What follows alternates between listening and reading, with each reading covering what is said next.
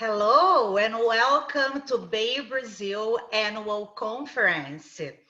I'm very happy to have here with us a group of innovators and investors who have been very active in the automobility space.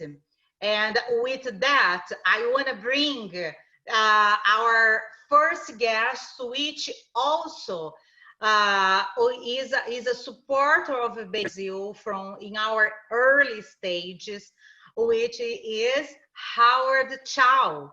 Where is Howard? Are you there? Now we can see Howard. Almost there. Can you see me? So Howard Chow is principal at Adjourn Capital, and he started his work life as a corporate lawyer at Melvin and Myers, and did the transition into investing, and now he's been investing in over 35 early stage startups, including startups in the automobility sector. Howard, it's such a pleasure to have you here. And I must say also that Howard was the person who helped us with our nonprofit status at that time when we were creating our organization. It's so happy to have you, Howard, in this journey with BayBrazil. Thank you very much, Margarise. And it's a great honor for me to be here with you today. Thank you for inviting me. And congratulations so much on the great progress you've made in the last 10 years. I'm very proud to have been part of that and played a small part in the beginnings. And I hope to help you and support you and your organization going forward. So thank you, Howard. And now thank you for helping us to put together this session on the global automobility market. Looking forward to hearing you. Thank you. Okay, well, let's get started. I'm going to be the moderator for the first hour of today's proceedings, and then we're going to have another session for another hour headed by Vanessa. So today's sessions will be on the highly topical subject of the future of automobility tech and Brazil's place in this exciting industry. Before COVID, the automobility industry was one of the areas of fastest change and disruption, and that has only accelerated in the wake of COVID. The recent travails of the auto industry are well known even to non-specialists.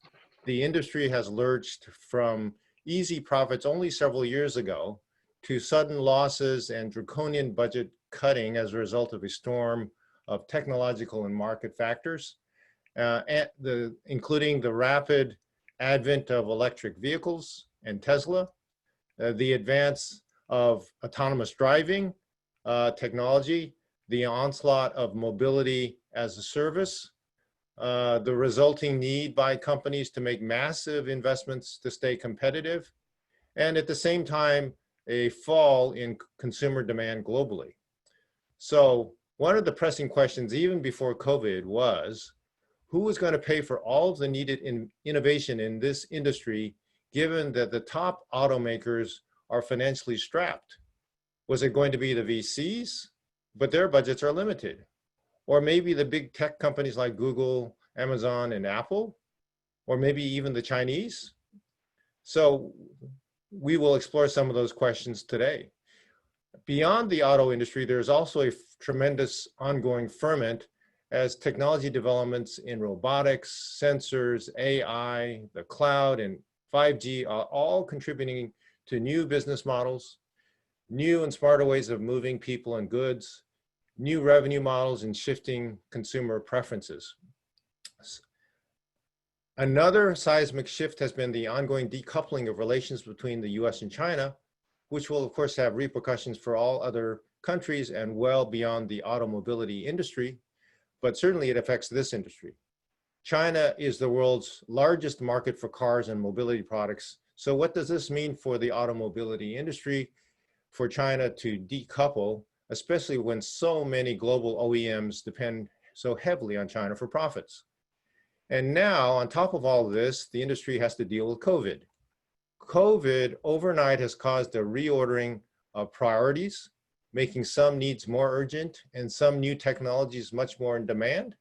And of course, it has decimated others. In the world of investing, we all now have to add another key item to our checklist of issues, i.e., does a particular opportunity enjoy COVID tailwinds or headwinds? So today, we hope to open a window for you into this subject matter by talking to some prominent investors and active startups in the industry. And for the first hour in our session, we will start with two VCs, a financial VC and a corporate VC, and then hear the stories of two startups, and then take some Q&A from you, the audience. And then in the second hour, you will hear from another panel more specifically on the Brazil opportunity in this industry. So let me turn first to Felix Scheuffelen of Assembly Ventures and Carlos Cochran of Qualcomm Ventures. Are you on? Yes. Hello, how are you? On and turning on camera and microphone. All right, great.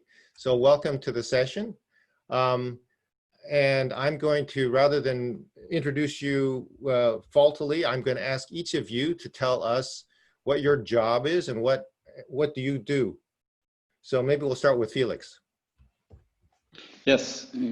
Good evening, everybody. I join you here from Berlin. Pleasure to be at BayBrazil at the conference, and Margarise, Parabéns, congratulations for this wonderful platform you put together. Very unique in the marketplace. So I founded together with my partners in Detroit, Chris Thomas and Jessica Robinson, the VC Assembly Ventures. This VC is dedicated primarily on the future of transportation. So we try to bridge the US and Europe, and we focus 100% on topics like mobility, logistics, and manufacturing. In my previous life, I was already in Brazil. I'm born there, grew up in Germany, came back to the university in Rio at PUC, came back to Germany, started early on at Rocket Internet 2008, 2010 again, back to Brazil, co-founded Groupon there, and which was a crazy ride, learned a lot. Later tried to give back to the ecosystem by joining Ipiranga with my partners Guilherme Assis and Leonardo Teixeira. In 2016, I came back to Germany, had the chance to bring Plug and Play Ventures from Sunnyvale to Germany, and that was where actually my new career started in mobility. So we started there, Startup Autobahn, the biggest auto tech platform down in Stuttgart with Daimler, Porsche, and many tier ones. And then I was later invited as well to build up Beyond 1435, which is like an innovation consortium for Deutsche Bahn, German railways, together with industry partners and startups. Fast forward, we co-founded then, beginning of this year, Assembly Ventures. And as I said, we focus primarily on like industries, land, air, sea, and as well space. Great, thank you very much, Felix. Carlos? Thanks, Howard. Thanks, everybody. It's a pleasure to be here. Thanks, Margarise, for the invitation to tell a little bit of our story about what Qualcomm as a corporate is doing in automotive. So my day job is I run Qualcomm Ventures for Americas, run the investment team as well as sort of BD teams for our platform here in the US and primarily Brazil. Those are in terms of Americas, that's what it means. We are Qualcomm's strategic investment arm, so we invest in support of our strategic initiatives and the growth of our corporation. Qualcomm is very well known, obviously, for the cellular world. We are the force and the technology provider behind pretty much every generation of cellular. We brought on CDMA in the early 90s, digitized voice communications, then voice became data, and now it's becoming, we connected, billions of people, and now we're connecting billions, trillions of devices. 5G is the new generation of cellular technology, which not only again will connect people, but will connect just about everything. And auto and vehicles is one of them that stands to benefit significantly from this. So we invest in all things 5G, AI, IoT, robotics, mixed reality, and then of course automotive. Automotive is a big business for Qualcomm. If you look at automotive industry in the 90s, you saw sort of the first wave of electrification of electronification of the cars. So you started to have a lot of electronic control units. A car today may have as many as 80, 100 ECUs. And what we're seeing now is that with the advent of sensors, with the advent of more potential powerful software, AI, we're starting to see obviously the cars not only get connected, but the cars are moving towards, being eventually autonomous, right? It's a pretty complex problem to solve. It's a problem we'd like to be involved with. Well, we bring a lot to the table, and so today we're a world leader in telematics. That means connecting the cars. We're also a very, very strong player in sort of the cockpit in the car, electronic cockpit and communications. Typically, you have a processor running maybe 3 different operating systems in a modern, higher end class, and that class car, and that's coming down to all cars.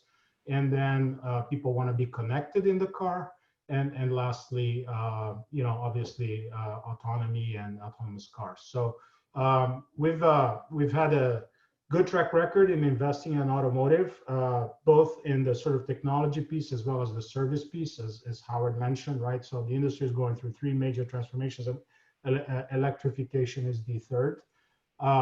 So we, in our history, we've had, I think, 14 unicorn exits. 4 of them are in the automotive space. 3 of these 4 are outside the US. So this is a global phenomenon. This is not this transformation, this industry transformation, certainly not just a US thing. So we were early investor in Waze back in 2009 when nobody had heard of it, Waze, which was then bought by Google for over $1 billion. We were investor in Cruise, which was bought by GM for over $1 billion, early investor in Cruise. We invested in 99, Seed Round in Brazil, which was bought by Didi. And then we also invested in Mobike, which is the phenomenon of bike sharing in China, which was also a multi-billion-dollar exit. Our current portfolio does have companies as well, which are in the service layer. So CargoX in Brazil, for example, Bounce in India, which is doing electric scooters, not bikes, but scooters. We have a company in Boston called Clear Motion, which is doing very smart shock absorbers for cars. So as you move to a world where you're going to maybe do your commute, for an hour or half hour or 2 hours, whatever it is, in the car, and you don't have to drive, you don't want the car to be bouncing. So this company does smart electronics or smart shock absorbers that will allow you to basically do whatever you want to read and not get dizzy and whatnot. So I'll stop here for a while, but we are very, very interested in this space. Like I said, it's a big business for us. I think a good analogy is same transformation we saw in phones from feature phones to smartphones. We're now seeing in the automotive from, again, just a car, a mechanical car, into a car that is connected, that has apps, that has, on-demand services, which enables obviously a bunch of new business models as well. So stop here and we can dive into specifics in the questions. Thank you, Carlos. So I'm going to ask Felix, what areas of auto and mobility tech are you most excited about in pursuing? Carlos has pretty much answered that question, so I'm going to turn after that to Carlos to talk more specifically about the connection between auto mobility and 5G. But Felix, can we start with you? Sure. Maybe one step back. Where are we right now in the journey? Let's look at the 4 major trends, which is so Daimler phrased them as the case strategy. BMW shuffled the letters called ACEs there. So connectivity, autonomous, shared, mobility and electrification. And I think shared economy, we can all understand that we're going through a reality check right now. I mean, most of the business didn't create any profits until now. So with COVID now, this is the question will be, is there any restructuring following? We've seen the trend of micromobility happening over the last 2-3 years. So we are especially excited at Beyond when it comes to shared economy on actually aggregator models. So basically, for you as a consumer to have basically the one-stop shop experience for multimodal transportation. There's several out there like Move It just got acquired, Trafi from Europe, Uber is fighting their way into with transit. So that's the demand side. On the supply side, I think what we'll see is kind of yield management tools for drivers that operate on multiple apps. And that could be not only like, monetizing your time efficiently through Uber, Lyft, etc., but as well adding other kinds of layers where you stand by, like the TaskRabbit kind of websites. With regard to electrification, I think that's the decade of electrification now. Yeah, the 2020s will mark the rise of the EVs going mainstream. We've seen what's happening with Tesla. The OEMs are ramping up, and still many things on the infrastructure side is missing. So we're incredibly excited about pieces of the value chain when it comes to B2B, B2I. Autonomous, where do we stand there? I think many startups started, and we've seen like most of them, Carlos, you mentioned Cruise. Eventually, they are all joint ventures now. Joint ventures backed by the corporate industrial complex, together with big tech. Eventually, we have Waymo, we have Argo AI as a joint venture between Ford and Volkswagen. And when it comes to connectivity, Carlos, you mentioned like that's like the iPhone moment will happen eventually. So IoT goes automotive, and I think if I think back on what we've seen at CES, everybody talked about level 5 in the last years. Like last year, everybody talked only about level 2+. So here it's coming back a little bit as well to a reality check. We've seen a lot of things happening in ADAS. They're coming, so advanced driver assistance systems, they're becoming more robust. As well, when it comes to edge management and OTA backbones in the infrastructure, I think we will see a lot of movement here in the next coming years. So this is just in a nutshell. I think like, this decade will be all about electrification, and many startups will build adjacent businesses there.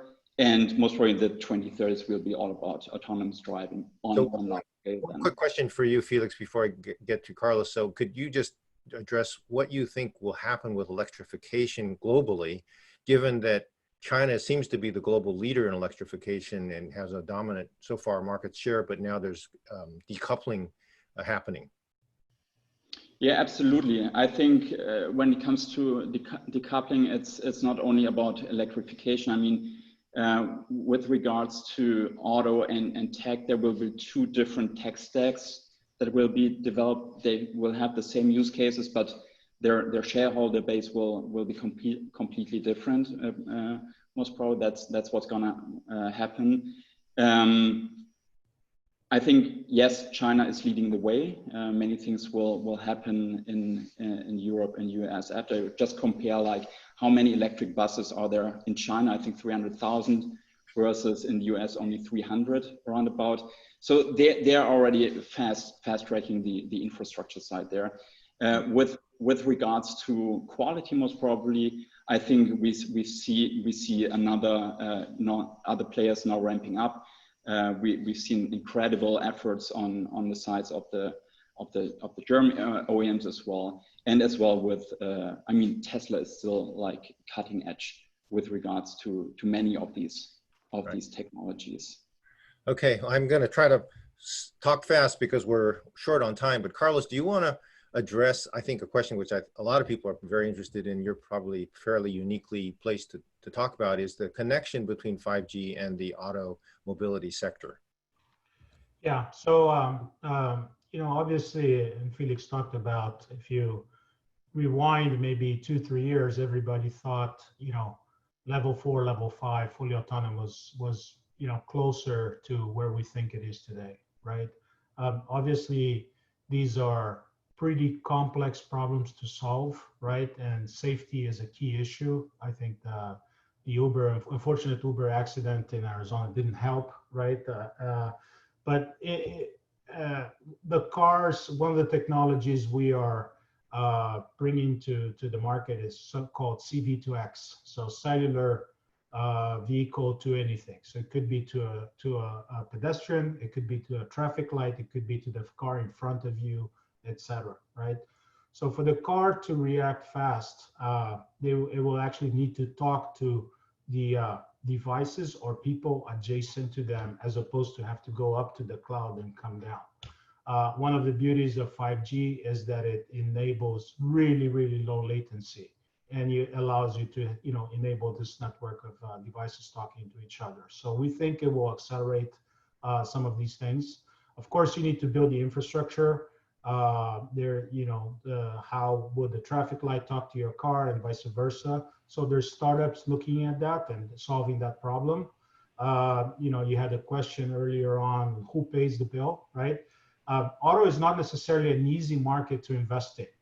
And your question was, who will fund these? I think it's all of the above. So you had mentioned corporates, yes. VCs, yes. JVs, as Felix mentioned, yes, right? Because the reality is, again, it's fairly complex. If you look at Zoox, how much money they took in, they were trying to build a full stack solution, right? They took in, you know, just shy of $1 billion. So it's pretty complex, but 5G in general will really accelerate this, because it will enable a lot of what we talked about in terms of autonomous. It will facilitate, make it easier for the vehicles to talk to each other, right? Not to mention, of course, the connected car in general. You will enable with over-the-air services, just like you have, you think of a car as a large smartphone, right? Smartphone on wheels. You have all these apps coming to the car. The OEMs will be able to, you know, push down services for a certain time. Tesla does that already. We know the example, right, where they extend your battery life, etc. All the auto manufacturers will enable these services, in part because obviously it generates revenues to them. We think actually digital services and digital content of a car will bring more profit to automakers than the sort of the mechanical piece, if you will.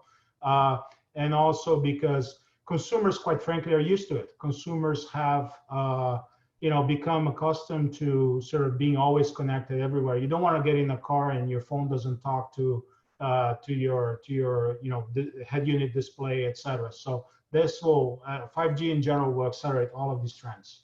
Yeah. So I'm going to accelerate a little bit too, because we only have 5 minutes before we get to our startups. But we need to talk about COVID, as the impact of COVID on all of this existing complexity.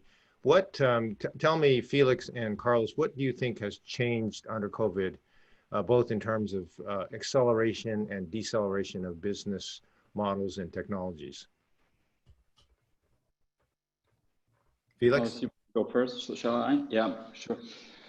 So look, I think what we all experience in our daily lives is like how dependent we are on services, not only like us moving around in the city or us not moving anymore, but if we're not moving anymore, the goods have to come to us, right? So if we've seen like the logistics industry became like critical infrastructure, not talking only about the DHLs of the world, but it's the Amazons, the Loggies. Carlos, we forgot Loggie. I mean, that's actually how I became fascinated about the future of mobility back in, when did that start? 2014, our first check in Loggie was 13 or so, yeah.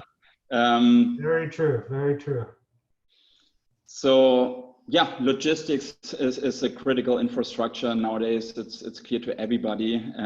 With regards to moving people around, I mean, I would even say mobility became part of the healthcare industry.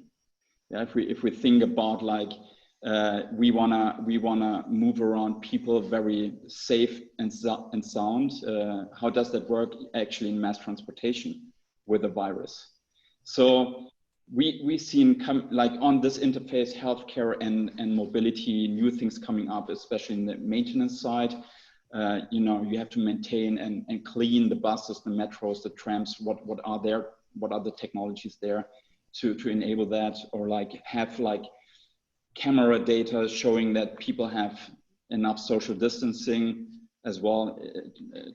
You have to consider which geography you're talking about, so privacy concerns there as well. Yeah, I mean, many things got accelerated. Others not completely stopped, but we talked about shared economy. I think that was before COVID already a question mark. Now it is even more. And maybe even like, you know, with regards to traditional industries like auto, I mean, I see people now again thinking about buying a car. It's a safe zone, right? You don't want to eventually you don't want to take the metro. So there might be you know, an intermediate push again for assets or like owning assets, but it's still, I think in the long term, the trends will be you know, asset-light mobility. Carlos, do you want to add to that? Felix did a great job. Not much to add. I think I want to touch on two things. So clearly, the health aspect of it is not small, right? So short term, actually, the auto industry produces just shy of 100 million autos worldwide a year. Something like 95. This particular year, I think the projections are that there's a very significant drop of about 30% in production. So short term, obviously, this is not very good news for the industry. I think this will accelerate some trends in terms of, for example, human-machine interface, voice activation. One might even see, you know, opening the door of a car for on-demand car via voice command. We're seeing that in China, for example, elevators. People are now, instead of push buttons, there's voice activation for elevators. It's possible that things like that will come.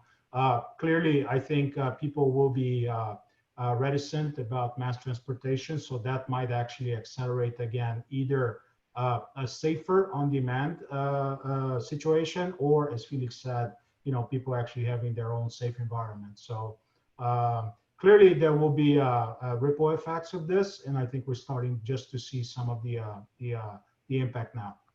Great. Well, you know, I have a ton of other questions, but we have, unfortunately, a very limited time. So I'm going to ask our two startups to join us, turn their audio video on, and start. I'm going to invite Aviv Frankel of Enroute and Abhay Jain of Active Scaler to come on and give their brief presentations of their companies, and then we're going to start the Q&A, and the two VCs should feel free to stay on and with the Q&A as well. So Aviv, are you there? Yeah, absolutely. Hi, everyone. Great. Thanks for coming. And maybe we can start with you, and you can tell us, give us 5 minutes of what you and your company do, and then we'll turn to Abhay. Okay, so let me share my screen. All right. So here goes. Okay, now. And by the way, Aviv is in Israel right now, so yeah, actually calling from far away, and he actually illustrates the trend I think that Carlos referred to, which is, you know, services revenues and models as a part of 5G and what's happening in the mobility space. Yeah. So thanks, Howard, and thanks, everyone. I want to take you on a journey to the future, okay? It's the year 2020, 2030. You get into the car, you say the address, and the car starts driving by itself. And for the next 20, 30, 40 minutes, people will be a captive audience in mobility, because the self-driving car revolution will create a new currency, And this currency is free time, right? Morgan Stanley forecasted this time stands for 600 billion hours, free for people to do lots of things. But we argue that already today, millions and millions of people are using self-driving cars that look like this. Because when you take a train, a bus, a taxi, or an Uber, you are in a self-driving car with a driver. And what do people do when they have free time? Well, that's very interesting. They shop. Apparently in the UK, 20% of all online shopping occurs every morning between 7 and 9 a.m. when people are in mobility. That's more than $28 billion each year, only in the UK, only between 7 and 9 a.m., only in mobility. The average Londoner spends more than 150 pounds every week on online shopping. And the problem is that mobility companies, digital like 99 Taxi, Uber, Lyft, or more traditional ones like mass transit services are allowing people for free time, but somebody else makes money on this free time. And that's where we come in. We've developed a personalized and location-based commerce and loyalty layer, which is bundled into existing mobility apps. So the passengers do not need to download a new app. So what do? First of all, we understand what is the context of the ride on one hand. And on the other hand, we're studying people over time to give them more than getting them from point A to point B. And if we have this equation and we add businesses that really want to interact with people in this golden time of mobility, we can do something a bit crazy, and that is allowing people to ride for free. So how do they ride for free? Well, it's a sort of a game. The ride starts, and through the app, they're ordering the ride. They get a message, listen, you have 20 minutes until you arrive. And with every product they buy from hundreds of retailers on our platform, they decrease the amount they have to pay on the ride until the ride is free.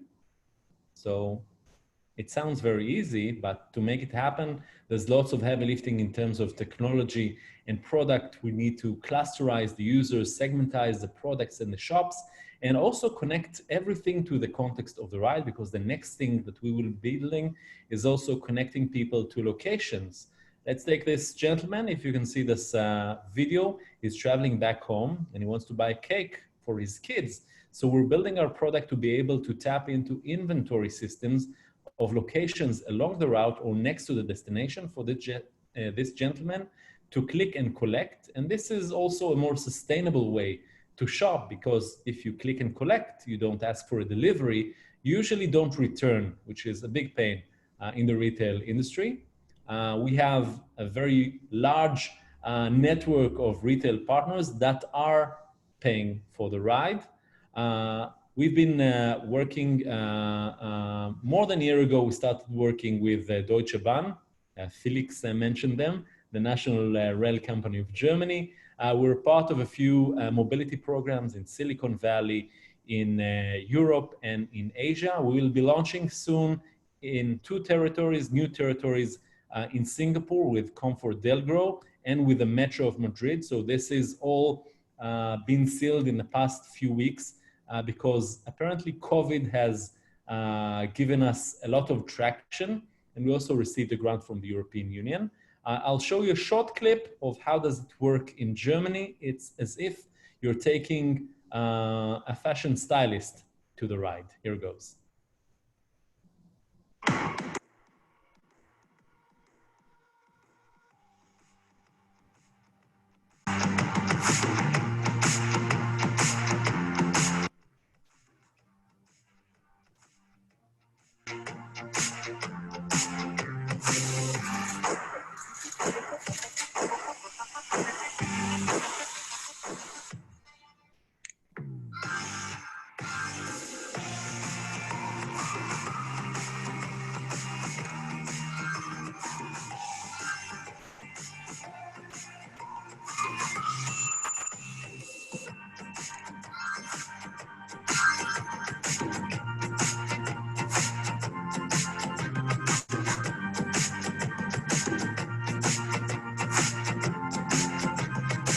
Hey, next ride is on us.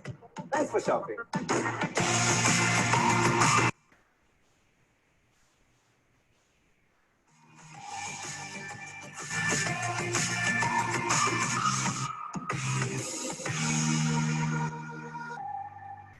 So to sum it up, what's in it for our mobility partners, especially now with Corona, as revenues are down and ridership is down, we're creating a new revenue stream for our mobility partners.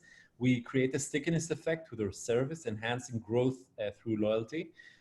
We do that through a new experience for users. We also help them know passengers better through valuable data. We can help customers decrease their cost of living, and we do it with a win-win-win situation. So we are really happy to be here. We'd really like to launch also in Brazil and in Latin America.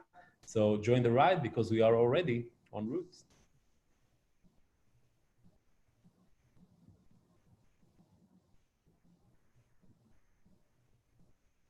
Howard, you're on mute. I'm sorry, we're going to turn quickly to Ave Jain and ask you to tell us more about ActiveScaler and your company. Thank you, Howard, and thank you, Margarise, for inviting us. I'm not going to present too much and just going to talk about what we are doing.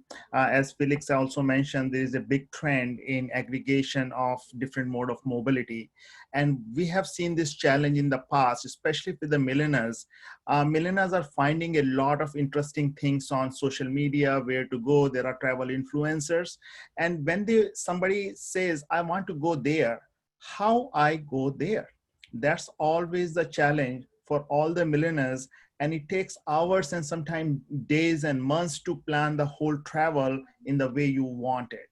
And what we did is we actually connect a very simple link or a button on any social media platform where you can click on that, and we help you to do door-to-door travel using all mode of transportation.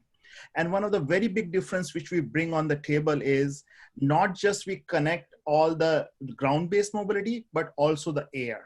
So what that means is if you want to go from here to Paris, to London, or anywhere in the world, you actually are connecting air routes, all the local public transportation, as well as the on-demand mobility.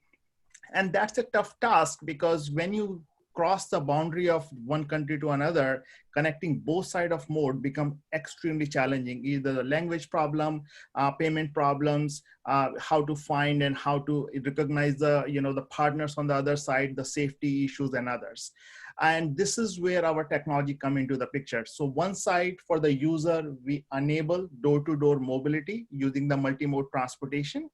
On the other side, we also provide the tools to these providers, because these provider systems are legacy systems. Some are using from here and there, and taxi systems, even the ticketing systems are extremely old in most of the cases. So what we do provide is an operation management system to these providers, so they can provide a reliable and safer service to all these new customers. So idea is to have a simple app where user goes there, book all the door-to-door travel, they do plan, book, payment, and they got the unified ticket on their phone, as well as get the support during the travel. So let's say you miss one train, or you miss some buses, or you miss a taxi, we will be hailing a different mode of transportation, depends on the country, depends on the route. So that is something very unique about our technology, which we are bringing together. Customers love it because they don't have to deal with the planning process, the maps and the apps. We take care of the payments in the local currency. So basically, if you are let's say in Brazil and you're going to US, you will be paying in the Brazilian currency, and we will take care of all this currency conversion and all this ticket issues. So it's a completely contactless payment system, and we will be providing you support overall. And the idea is to make everything digital. The whole ticketing system has to be digital. Not everywhere you have to go and convert into the tickets like you had to do in Japan and things like that. We launched the service in 2019 in Singapore and Japan, connected together. And then now we were adding more US, Europe, and a couple of other countries. And as you know, COVID hits, and it actually created a big problem in the global travel right now. But the interesting thing happened is within the Europe, we got a huge opportunities right now. Tons of providers working with us to enable the safe travel between each other. between the European territories. So Spain, Finland, Switzerland, and a couple of other countries, as many providers are working with us to create an environment so that they can tell users how to go safely, provide some more operation support, and book the ticket much easier. So we are seeing a huge trend in this area.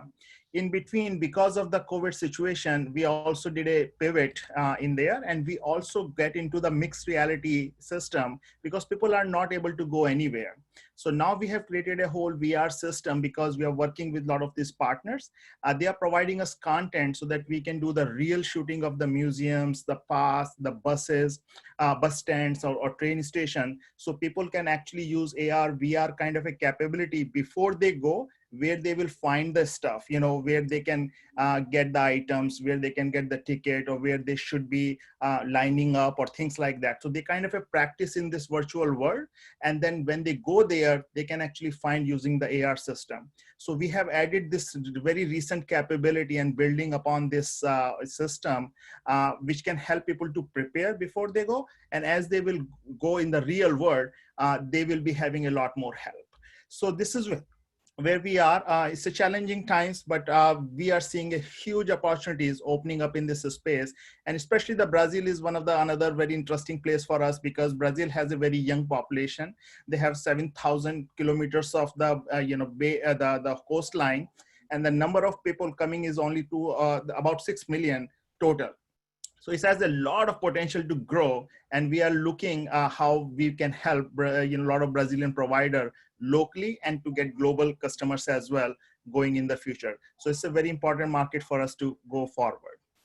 I will end here and more for the questions. Thank you. Thank you. So thank you very much, Abe. So I just, to the audience, if you have questions, the way to ask a question is to go to the participants function at the bottom of your screen and push your raise hand button on the bottom so that we can know that you have a question, okay?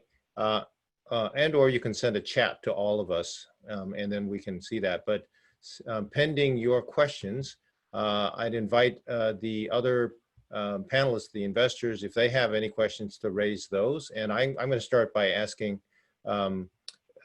the two entrepreneurs how they view the world now in terms of COVID, because my impression is that the world now is really split into two universes: those the countries and markets that seem to have COVID under control more or less, and those that don't.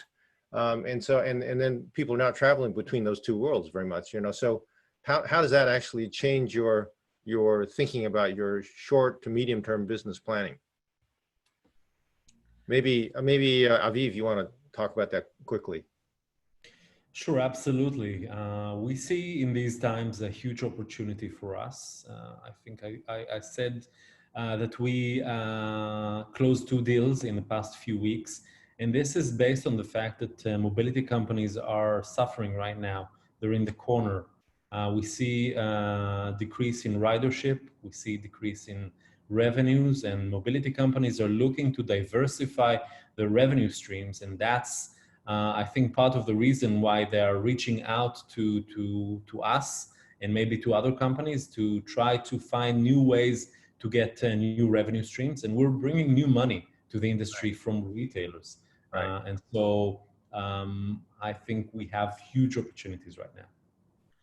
Yeah, so our view is very similar in that too. Although we have a little bit trouble because of this world travel has kind of shrunk a lot, but the opportunity open in a very different space. Now we are launching very first website. Actually, we call it I Am Safe, where people can actually get the travel restriction information.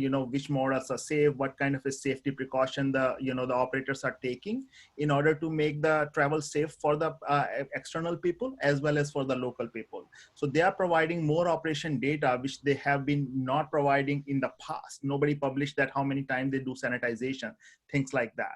So that's one aspect comes out very interesting, that we are integrating much more deeper with a lot of these providers. And at the same time, this new virtual world and new capability also helping them to kind of future-proofing themselves to help customer when this COVID situation is kind of under control, how they will help to get more revenue or build the confidence in the people to travel again.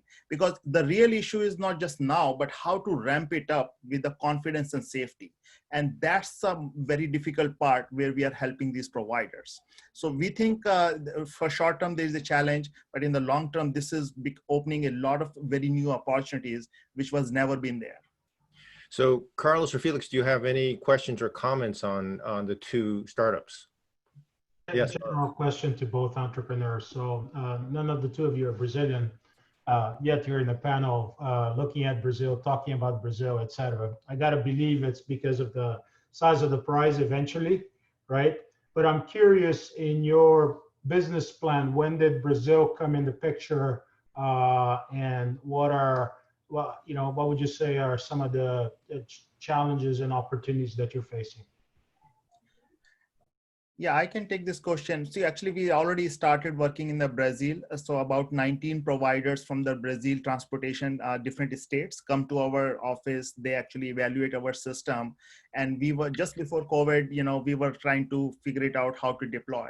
One of the biggest challenge we are finding just in the local transportation, the young people are not taking buses, which is one of the very common mode of transportation in there. The train system is really kind of not evolved in Brazil yet.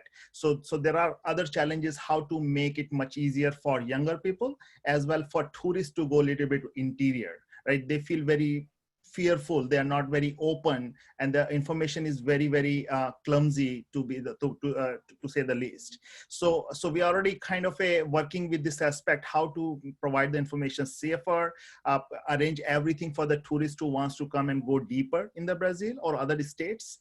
That was one of the challenge we were trying to solve with them. So we already started our journey in the Brazil. So that's why we were very excited to be part of this and trying to find more and more people who will be helping us to make it happen, because this is a big task.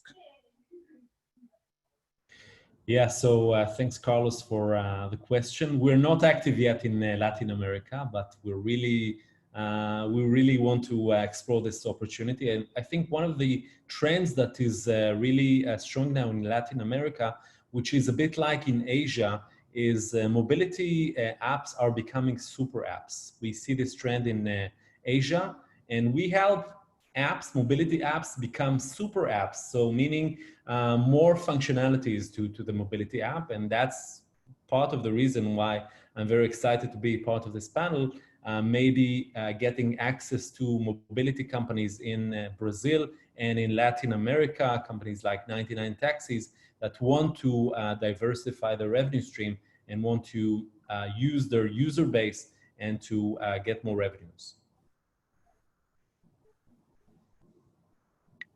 Aviv, I have a question, and we discussed this even before the panel. I mean, some of the biggest blockbusters in Brazil with regards to mobility actually Israeli, right?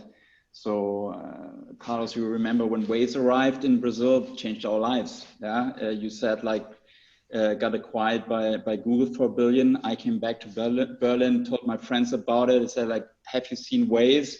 $1 billion. At that time, that was like a huge thing. Apparently, everyone wants to be a unicorn nowadays. It's very true. In fact, the Waze servers in Brazil never can keep up, right? Because there's so many folks on the platform. But you know what my fellow Germans ask me? What is Waze? So coming back to the point, every geography is different, has different needs. High urgency for something like Waze or Move It in Brazil. I mean, you're most probably close to the founders there. What kind of advice did they give you to enter the Brazilian market? So I can tell you a funny story. Before founding En Route, I was in media. I was on TV. I was a tech and automotive correspondent for national television in Israel. And 2007 or 2008, I was a very young journalist, and I got introduced to Noam Bardin and people in Waze. And the first ever piece they had on TV anywhere was a piece I did about them. I was really excited about this opportunity. I didn't have a chance as a founder to discuss with Noam about his Brazilian adventure, but I might do that soon. I know both Waze and Move It are doing very fine. So maybe they paved the way to Israeli entrepreneurs to enter the Brazilian market. I hope I will be able to do even 10% as successful as they did. That will Well, be Israeli startups seem to have some secret trick because they punch above their weight, obviously. You won't tell, I guess you won't tell us that secret, Viv, but. We're using ninja moves. It's like, you know, Good. we need to succeed with almost nothing. That's, I think, the secret. Okay, well, we're running out of time. Does any of the panelists have some last words of wisdom that you want to share before I turn the podium back to Margarise? Or you've expended your wisdom already?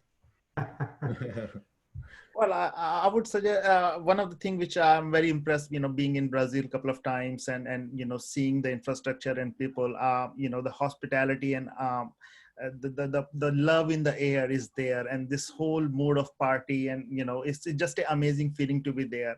I think there is a lot of opportunity to expand that and let people know how great this country is and how much fun you can have. And I think that will be good for both sides. People get to learn each other, and as well as expand all the mobility and travel space, which is good for for the business as well. So I think it's a lot of interesting thing which you can do and learn in there. And I think I will suggest everybody to go there and at least try once. Great. Well, I want to end this by thanking everybody from this panel for joining us. I think it's still a testament to how we have not deglobalized completely. We have an entrepreneur from Tel Aviv on the line. We have a VC in Berlin who's from Brazil on the line. We have another VC, a corporate VC, and you're in San Diego, Carlos, I'm right? in San Diego, but I'm Brazilian myself. Right, Brazilian. So, and then we have an Indian entrepreneur who's sitting in Silicon Valley talking to us about Brazil. So we're still somewhat globalized, I guess. And I'm sitting here in my place in Menlo Park, even though my virtual background is Santa Cruz.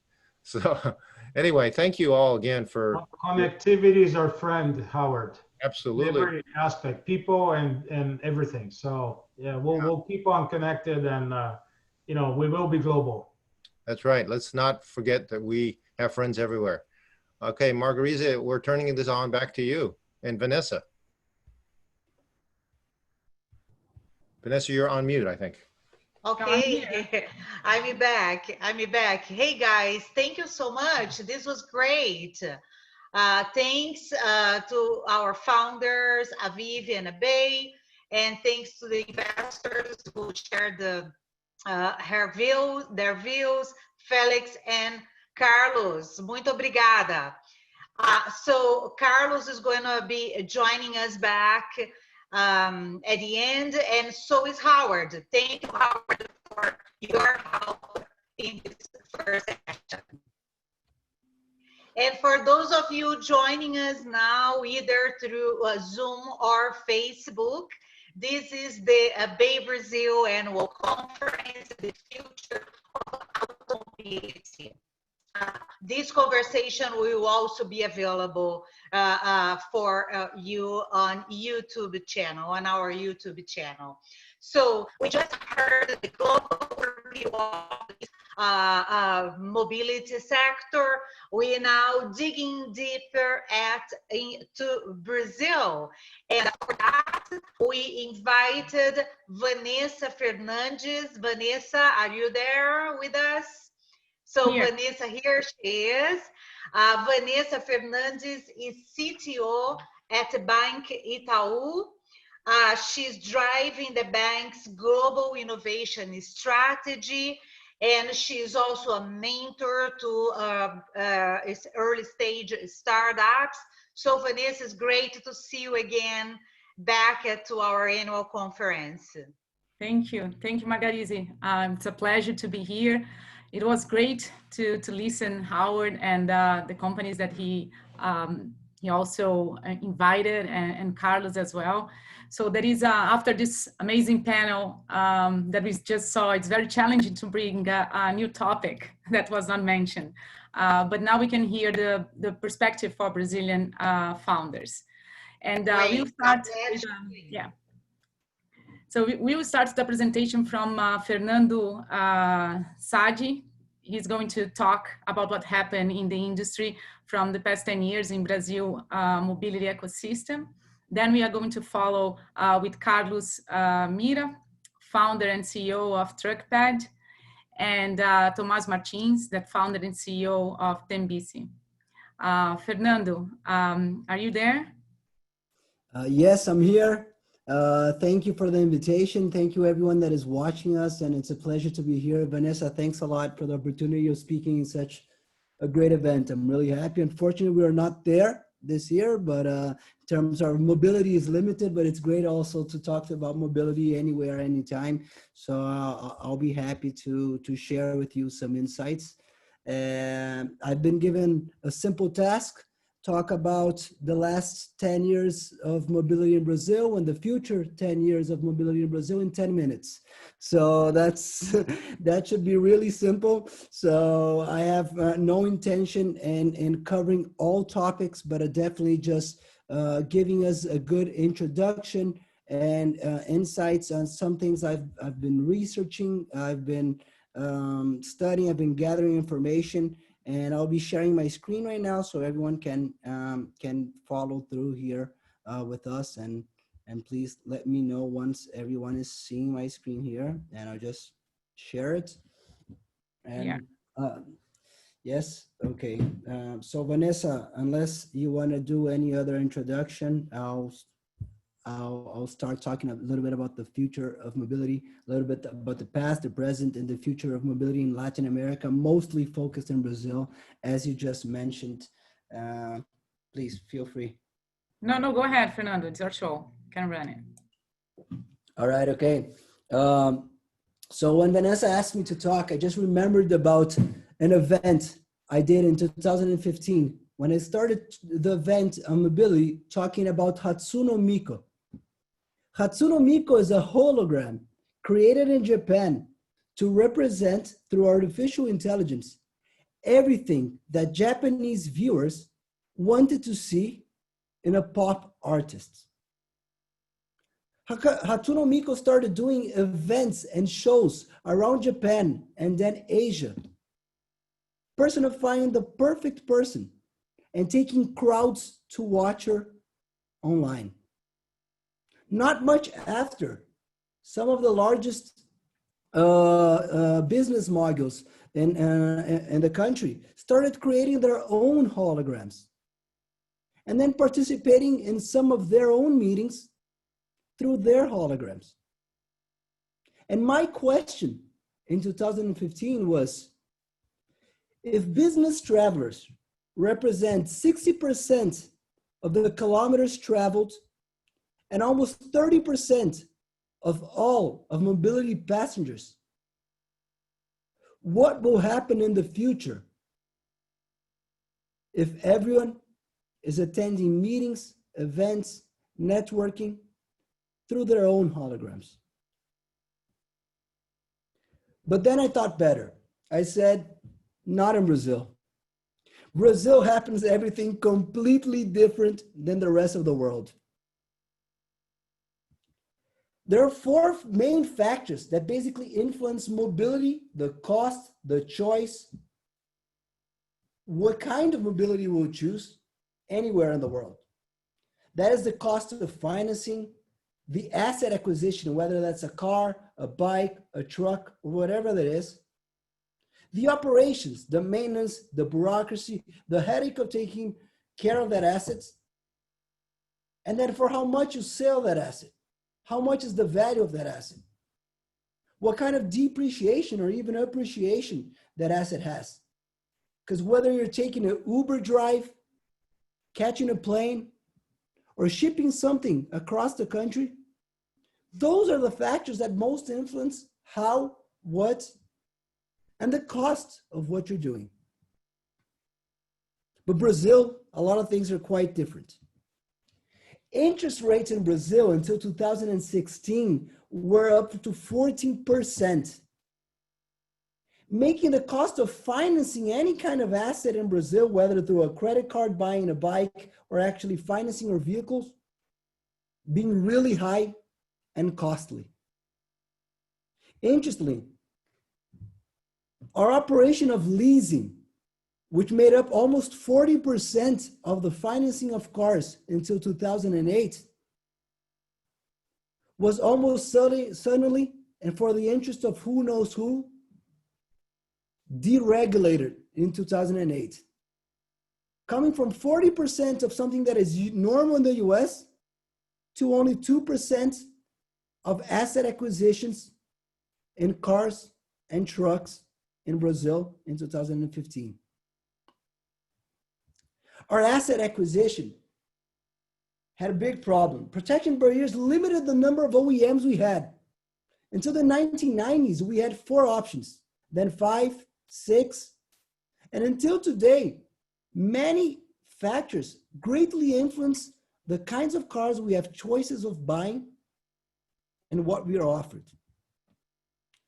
Taxes are a huge part of it. And I'll tell you just one thing for you to know how hard it is in Brazil.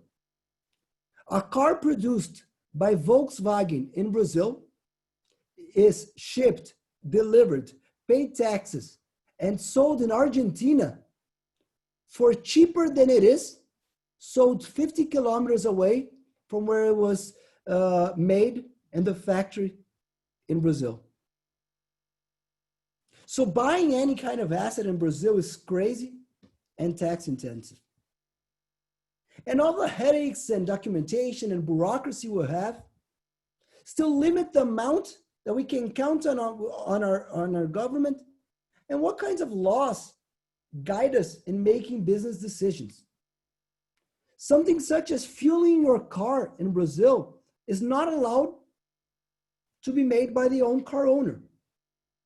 In order to protect the jobs of those that service your car in gas stations, it is a law that that kind of job has to exist.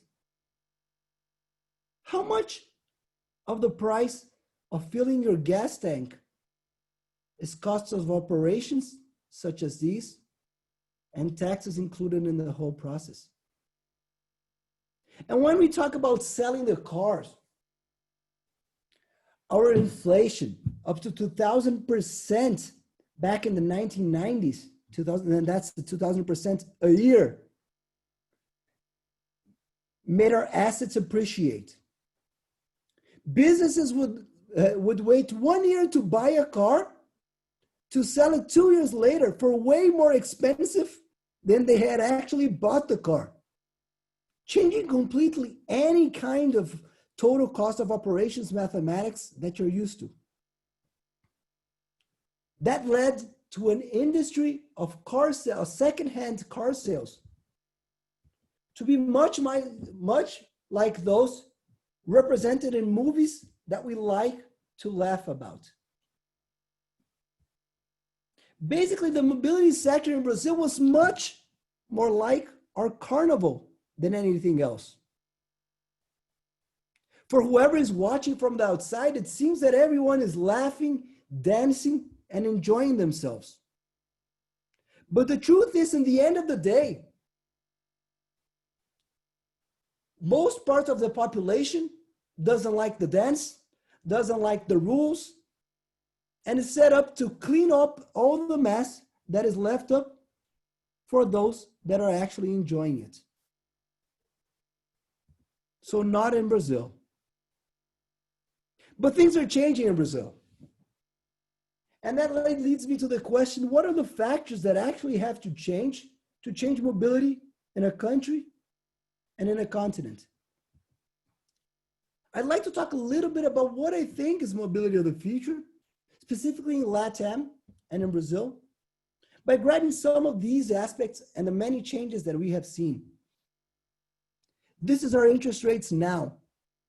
They have dropped from that graph from around 14% to somewhere between 6%, and most recently reaching 3 to 2.5%, allowing financing and the aspect of buying a bike, a car, a truck to change completely, and also allowing Brazilians not to make their money be in the bank, but maybe in businesses, in entrepreneurship, in venture capital.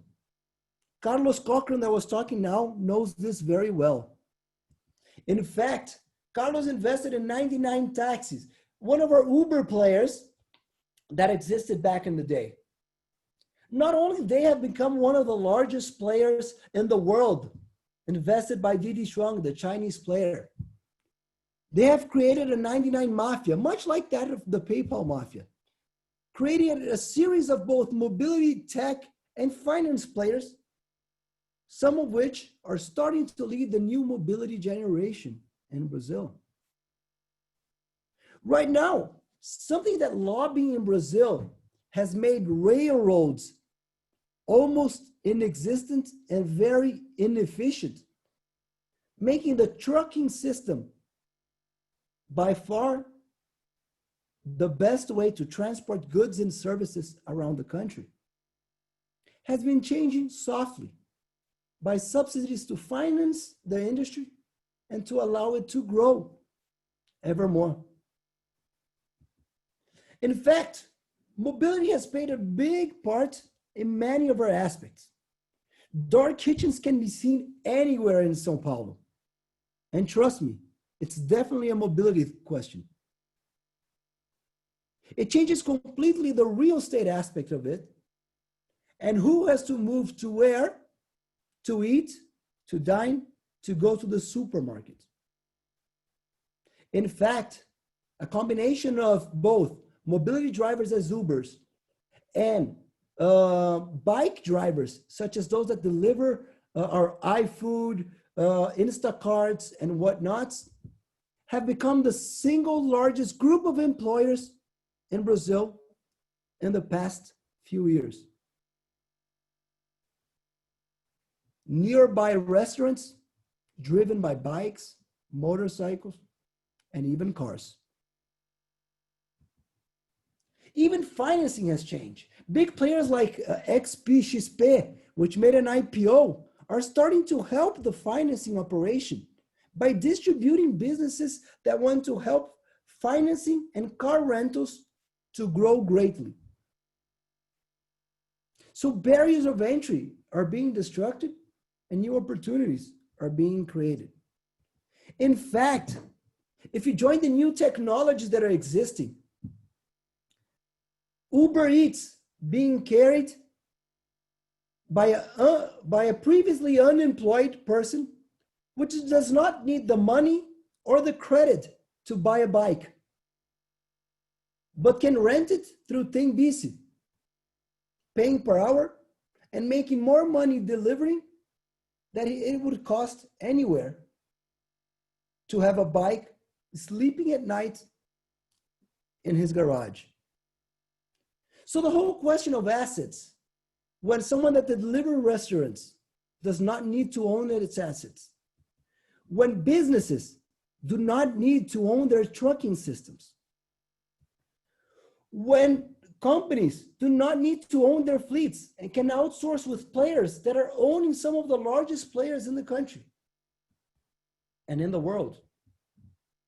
The question now becomes, what assets are needed to become a mobility player today? A sudden startup makes a $12 billion NASDAQ debut. Some of the largest online car sales companies are not more offline, making IPOs, some during the pandemic, raising huge amounts of money, allowing people to sell cars through websites, WhatsApp in Brazil, and many other instruments that will completely change the way we think about the depreciation part and how we know how much to sell an asset to. When we see Fisker wanting to become the Apple of the outer world, with a very interesting perspective. Its powertrain will not be run by it, but by Volkswagen, very likely. Its services will not be run by it, but by Cox Automotive. What do you need to become a large mobility player?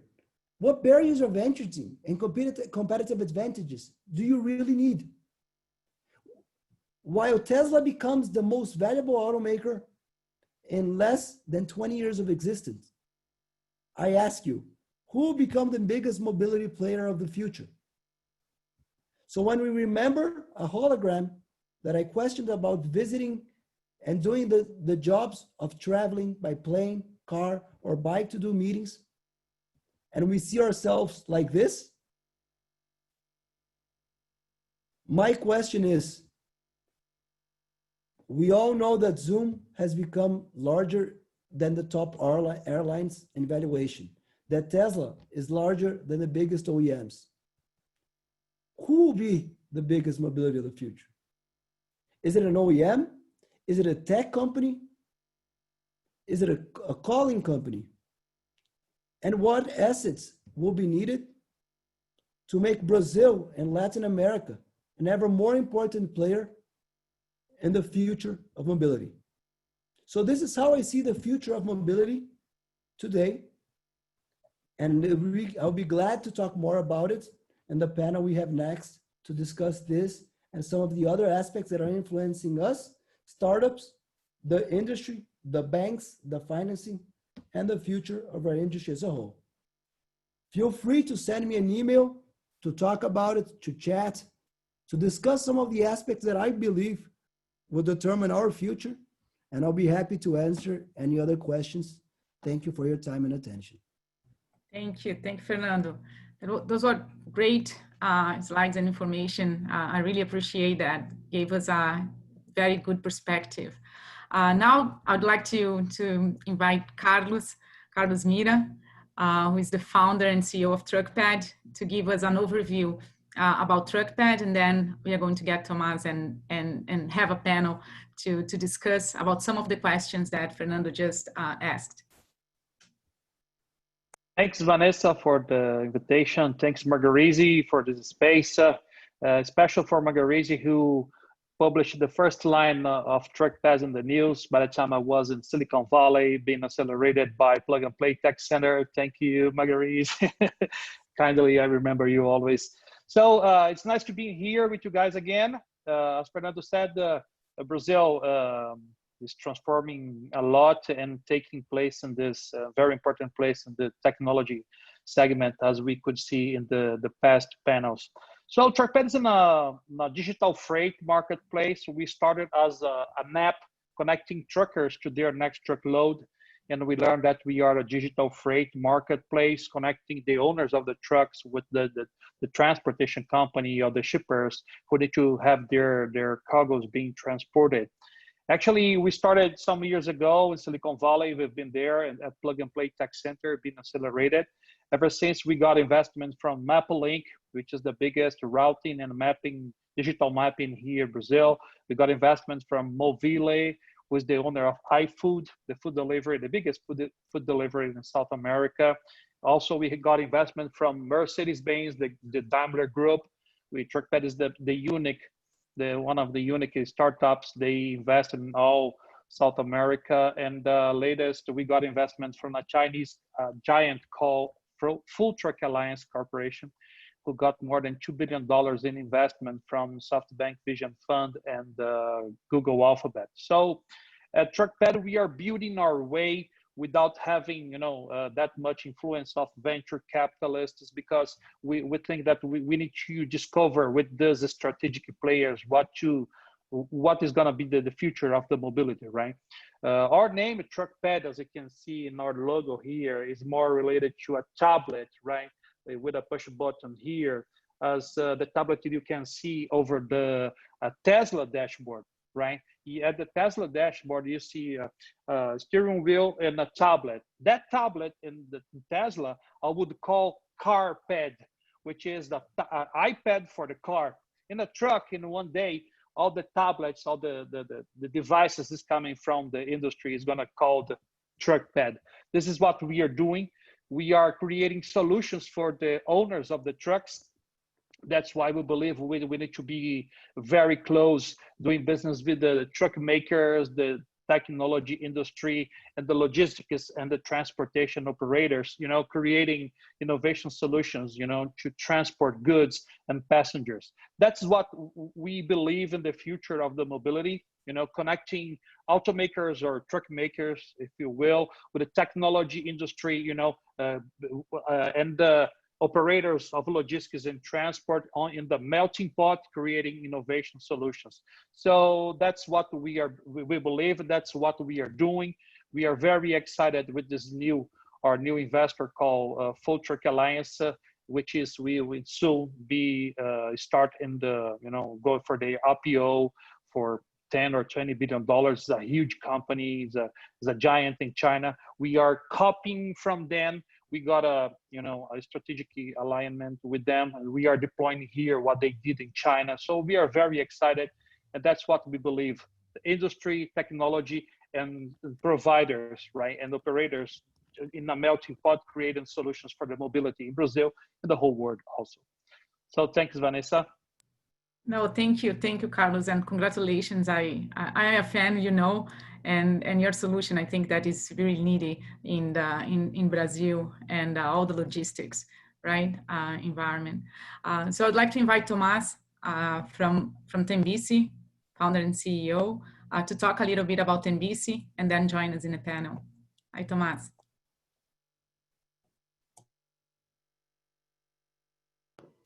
I was muted. Hi, Vanessa. Hi, Fernando. Hello, Carlos. It's a pleasure to be here.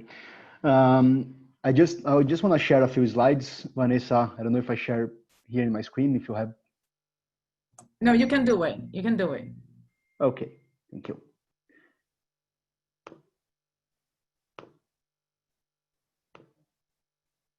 Okay, perfect. Are you guys seeing my screen? Okay. So just to introduce and present a little bit about Tembici, we are now the leading micromobility player in Latin America. We are doing more than 2 million rides per month here in the region. And we have operations in more than 10 cities in Latam, but in 3 different countries: Brazil, Chile, and Argentina. And I just want to show a little bit why these numbers are increasing so much and why we believe that micromobility is really an important solution for the future of mobility. So this slide is one that I always like to show because that can explain a lot. But if you take a look in how the cities, how is the commutes in the cities, you can see that 60% of all journeys are less than 5 miles. In São Paulo is almost 70%. So this is a problem that you can easily address with micromobility solutions. So what I'm saying here is you don't need to have a car to commute up to 5 miles. You can look for another solutions like bikes, e-bikes, or scooters. Because of these numbers, that the market is so huge, and because of that, you have so much companies trying to innovate in this market, because the addressable market is huge. So that's the first one that I always like to show and explain a little bit how big is this market and how we can try to solve a little bit of our mobility problems here in the region and actually all over the world with these micro-mobility solutions and these new devices that we can see almost every month, a new one in the cities. Then, just to explain really quickly who are our users and why they choose to take these new devices to commute up to 5 miles. So here it's one important thing to highlight is that almost 70% of our commutes are taken by frequent users. What does it mean? Once people change their behavior, they start to use that new solution almost every day. So that's something I think that's really important because just shows how is the trend in these new solutions. 65% of our users come from outside the system coverage area. What does it mean? That not necessarily because you are not all over the city, that you are not covering for almost of people, but people who needs to commute in the central area, in the downtown, they can by bus or train and use these micro mobility solutions to commute for the last mile. So almost 40% of our trips starts or ends at the subway stations or in a bus terminals. So I think that's just a few important data that show a little bit who our users and why they use and how they use our systems. And just to finalize, and I think the most important here is the discussion, why I believe that this trend will be really accelerate because of the pandemic. The first graph is information from Switzerland. It's how people are choosing bicycle instead of other mobility options, because now, of course, bikes, you don't have a crowd place. You have it's an open air solution. So it's really on the spot because of the pandemic. So people are choosing to commute by bike a lot, especially in the cities that the lockdown already ended. And I think that more than that, for the middle and the long term, I think all discussions that we are seeing about the pollution air and the environment, I truly believe that the cities will try to invest more in these new mobility options, that it's much more sustainable for the cities and for the people. So these two things, I truly believe that these micro-mobility solutions will be a huge trend for the mobility and for the future. So just really quickly, just to introduce myself and a little bit about the company, I'd like you, Vanessa, to guide for the discussion. Thank you. Thank you, Tomas. And here, just so you know, it's a shortage in bikes. We cannot buy one here. There's no bikes to here in US longer. So it's the new toilet paper, right? Exactly. So Fernando, do you want to say a few words about Easy Carros? I'll be quick, no presentation, just because we're short on time here. Basically, Easy Carros is a startup that believes that whether Uber, fleet management, car subscription, anything, the future of the world is a car renters world, whether by minutes, hours, or everything. We joined 300,000 cars from 1,000 different companies to help them to do $3 billion in car financing and buying per year, maintenance, operation, and over 2 billion reais in car sales per year, all online, joining small and medium players to compete against the large players in the industry.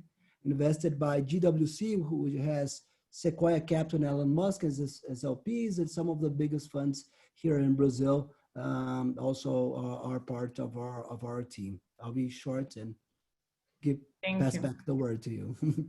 Oh, thank you, Fernando. I think that listening to the three of you, I believe that besides the opportunity and changing in the culture, I think that the emergence of new technologies is disrupting the way that consumers interact and demand solutions, right? So those technologies, I believe that they are accelerating what we call mobility as a service, and including car by subscription, car sharing, carpooling, all those new ways of commute. They are creating an integrated transportation network. And where supply is actually and demand, it's a handful choice to enable travelers from point A to point B, right? And I think that though in this way, we are going to travel fast, it's easier, it's cheaper and cleaner and safer than those that are currently available now. So I believe that smart mobility is something that boils down to a consumer-centric model now that offers multimodal transport and services, including then cars, bikes, trucks, scooters, and buses. So I think that all boils together with the help of technology, right?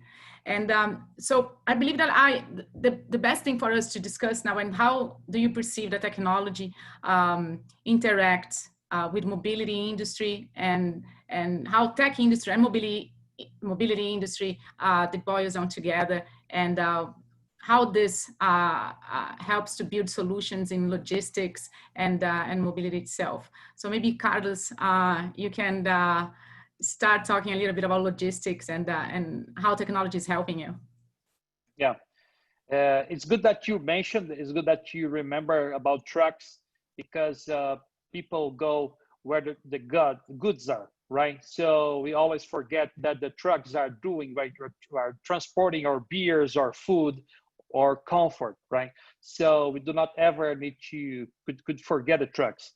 And in the vehicles in the future, in my opinion, what we believe here in TruckPad and our corporate partners, that the vehicles gonna be connected, autonomous, shared, and electric, right? This is the future of mobility that we believe. So we are trying all those figures and say, hey, how to be connected, you know, the industry with the technology and the suppliers of, you know, solutions for the logistics and transportation. How the autonomous vehicles could help us, or bicycle or cars or trucks could, you know, some vehicles could be autonomous as far as they could. I mean, in order to save time and fuel, you know, and be more, you know, the mobility of the passengers and the goods could be much more reliable, and everything could be shared. Could be, you know, bicycles, again, every kind of vehicles must be shared and be electric, right? It's something that we are already seeing. So the electrification is going to be cheaper and cheaper, and as we believe. So those concepts is what we believe: connected, autonomous, shared, and electric, everything from bicycle to trucks. And not to forget, never, right? If you need to go to some place, at there you must eat, you must have something that is going to be transported by the trucks. Is what we believe in all the time: connected, autonomous, shared, and electric. Vanessa. I agree with you, and Tomas, I think that you have also an experience with technology, and I think that this is the main, this is the core, right, of your solution. So can you talk a little bit about how technology helps you? Yeah, sure. Just before that, I just would like to add what Carlos said, and I think I completely agree. But on my perspective, if you take like inside the cities, I also add one thing that has to be efficient. So I think the vehicles in the future has to be more, the commutes has to be more efficient. So what I mean, it makes no sense to take a car and bring one people per vehicle, an average 1.2 people per vehicle, to commute like 3, 4, up to 10 kilometers. So we have to think how can be more efficient, how you can bring more beers in the truck, how you can bring more people in one small vehicle, or in autonomous car, how you can put it like 4 or 5 people. So that's one thing, because we have a limited space, especially in the urban space. So that's one thing I think it's really important. And about the technology, I think that that is a lot to say, and there is no doubt on that. I think that one thing we can see in our market is that the product, and there is always a little bit hard to talk about this because it's not so fancy, but I think one thing that is different in micromobility is the technology on the hardware side. One thing that a few companies didn't succeed well in our industry was because of the product hardware. So the technology that you also have on hardware, because you always talk about software, it's really fancy, it's nice. Everyone wants to be a SaaS company, software, everything. But in the micromobility, you have the real thing there. You have something there. You have an asset.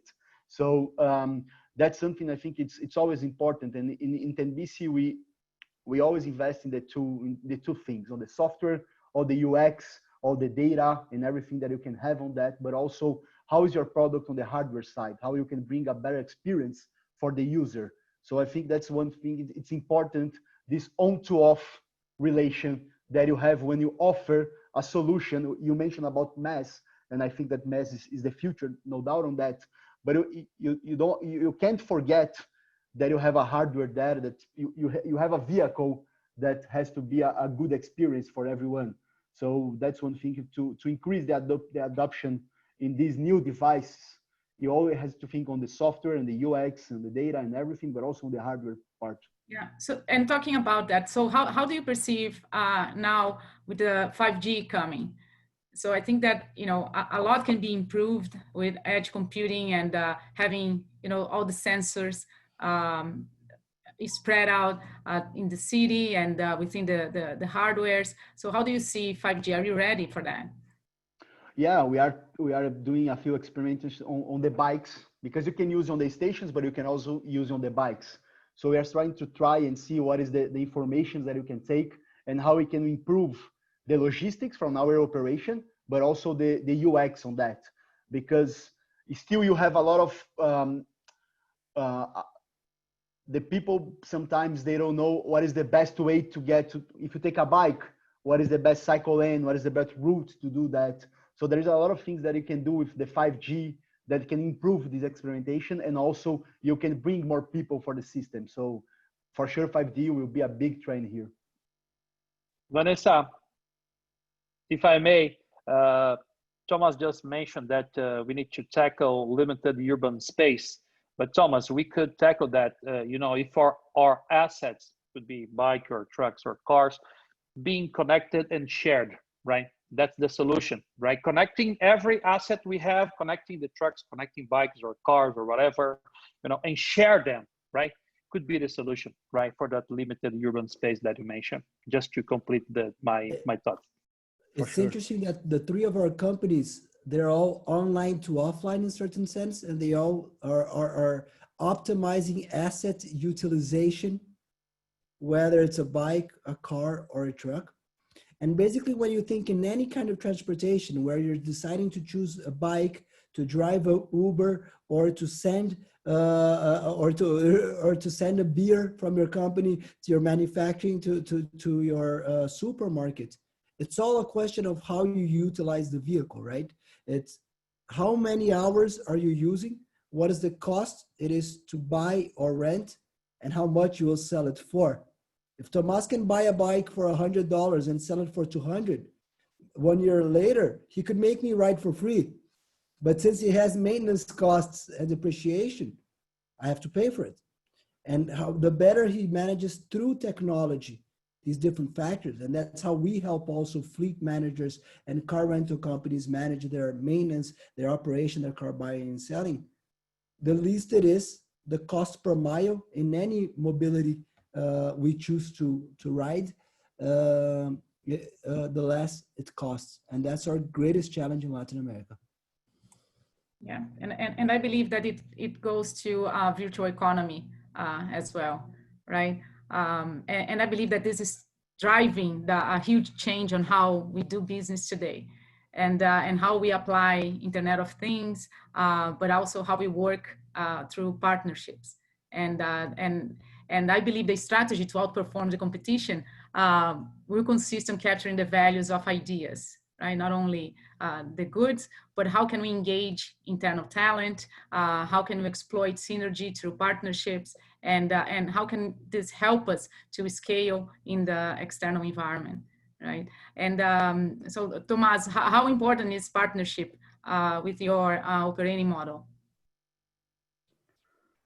That it's really important. I think that's something that, and there is a lot of partnerships. Like the first one that we always have, of course, is with Itaú. Itaú is a big partner as a sponsor and as a partner. So it's one of the most important for us. But more than that, I think also the partnerships that we have with the municipalities and the cities, trying to build the infrastructure and to have discussion about how can you incentivize these micro mobility solutions. And now I think that it's going to start. We are having a few negotiations on this with other tech companies. So how we can partner with a delivery company, a food delivery company, how we can partner with a ride railing company, because then I truly believe in what as Carlos mentioned, that you have to connect everything. So that's the future for sure, because then you can make efficiency. You're not going to make efficiency alone. You're going to make if you partner with, of course, you have to be strategic on that.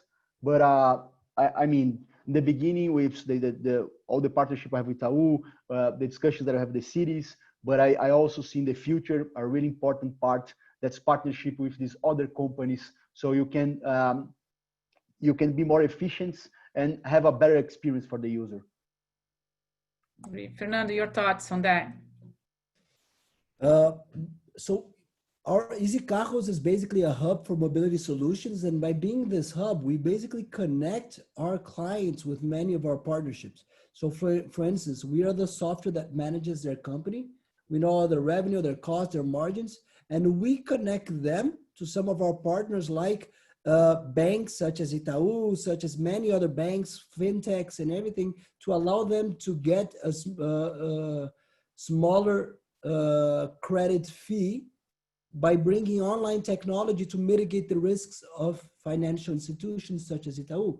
So partnerships basically run our financing. We have partnerships with OEMs to allow them to take volume and sell cars cheaper and more efficient to these car rental companies. And we also have partnerships when we sell these cars with the biggest online portals in Brazil to buy and sell cars. So basically partnerships is what allows us to become a platform. And I believe mobility platforms are the next generation of Brazilian companies in the mobility sector where we'll connect players.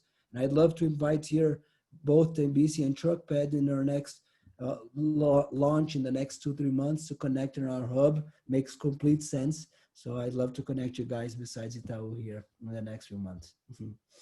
Thank you. Yeah, I'll be sure that I'm not going to miss if it's online. Carlos, do you want to talk a little bit about partnership? Yes, in my view, I think when 5G is ready, and it's gonna be next year, maybe, I mean, probably, I think it will change everything again, right? Since internet changed the commerce, I think 5G will change everything again.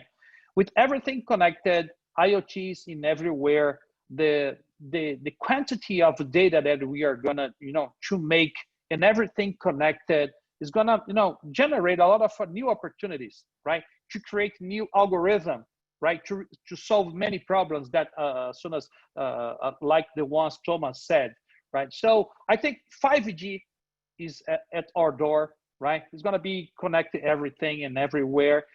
The solution for sure is partnership, but the data that we are gonna produce is gonna be very powerful. If the algorithm will solve many problems that we have today. As Thomas mentioned, sometimes, in case of the transportation, we send 3 trucks, the capacity of 10 tons with 1 ton each to delivery goods in a shopping mall. So all the streets is gonna be, stuck because those shopping malls, because of these 3 trucks only, right? So it's a huge problem.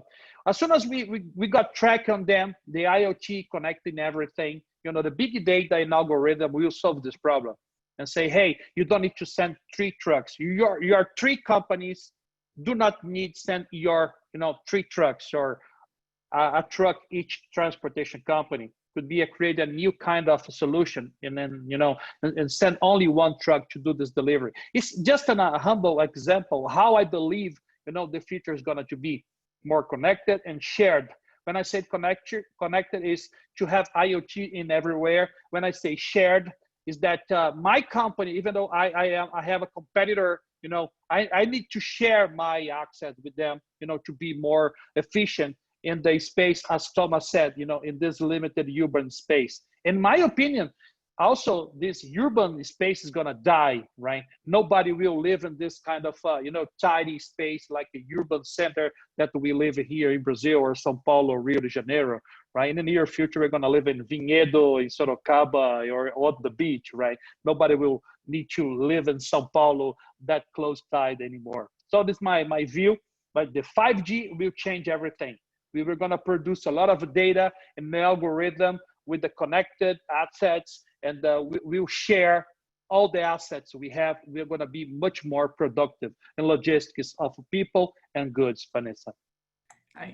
Well, and I think that we are moving to a situation where the vehicle is not the center of everything, right? And part of this big ecosystem that is getting around and everything related to it.